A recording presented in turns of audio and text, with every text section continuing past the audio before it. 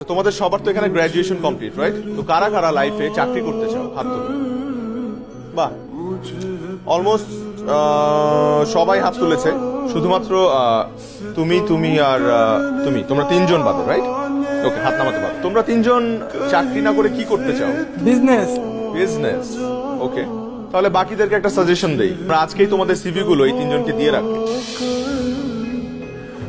কারণ একটা সময় এই তিনজনের কাছেই তোমাদের যেতে হবে চাকরির জন্য। দেখো, একটা দেশে সবাই যদি চাকরির পেছনে ছোটে, কেউ যদি ব্যবসা না করে, তাহলে তারা চাকরিটা করবে কোথায়? তাদেরকে চাকরিটা দেবে কে? সরকারের পক্ষে তো সবাইকে সরকারি চাকরি দেওয়া পসিবল না, তাই না?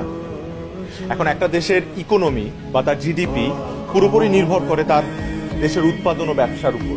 দেশে যত বেশি ব্যবসা হবে, তত বেশি কর্মসংস্থান হবে এবং তোমরা ভালো ভালো চাকরির সুযোগ পাবে। তারপর আমি খেয়াল করেছি যে সবার একটা ভ্রান্ত ধারণা আছে যে বিজনেস করলে বড়লোক হওয়া যায়, বা মানুষ ব্যবসা করে শুধুমাত্র বড়লোক হওয়ার জন্য, কিন্তু বিষয়টা কিন্তু তা নয়। ব্যবসা না করলে নতুন আইডিয়াস জেনারেট হবে না, আর নতুন আইডিয়াস জেনারেট না হলে দেশের ইকোনমি বা দেশকে উন্নয়নের শীর্ষে আমরা নিয়ে যেতে পারবো না।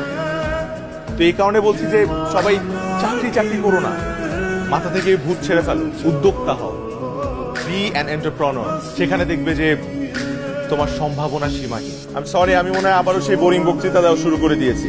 না, কোনো বক্তৃতা নয়। আমি আবারও আমার রেসপেক্টেবল টিচারদেরকে ধন্যবাদ জানাতে চাই আমাকে ইনভাইট করার জন্য, and thank you each and every one of you for being here.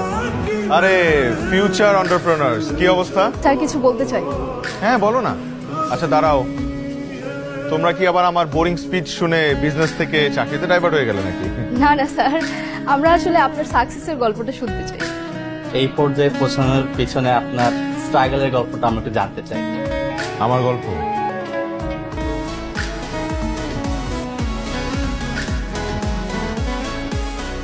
আমি কিন্তু সিভি বানায় দেওয়ার বিজনেস করলেই পারতাম, ভালো প্রফিট হইতো।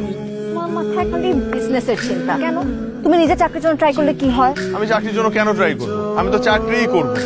আমি তো অনেক আগে থেকে তোমাকে বলছি যে আমি বিজনেস করব, and I want to be a very very successful entrepreneur. হা হা হা, এটা তো সেই ফার্স্ট ইয়ার থেকে শুনতেছি। বিজনেসে করবে, এত টাকা কই পাবা তুমি? শুনো, বিজনেস করার জন্য টাকা লাগে না বোকা, তবে দুইটা জিনিস লাগে। ও, কোন দুটা জিনিস লাগে? Number 1 unique idea, and number 2 networking. Okay, মানলাম।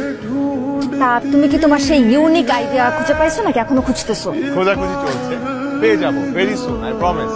মাহির, যা করো বুঝে শুনে করো। আমার কেন জানি মনে হয় তুমি একটা রিস্ক নিতে যাচ্ছ।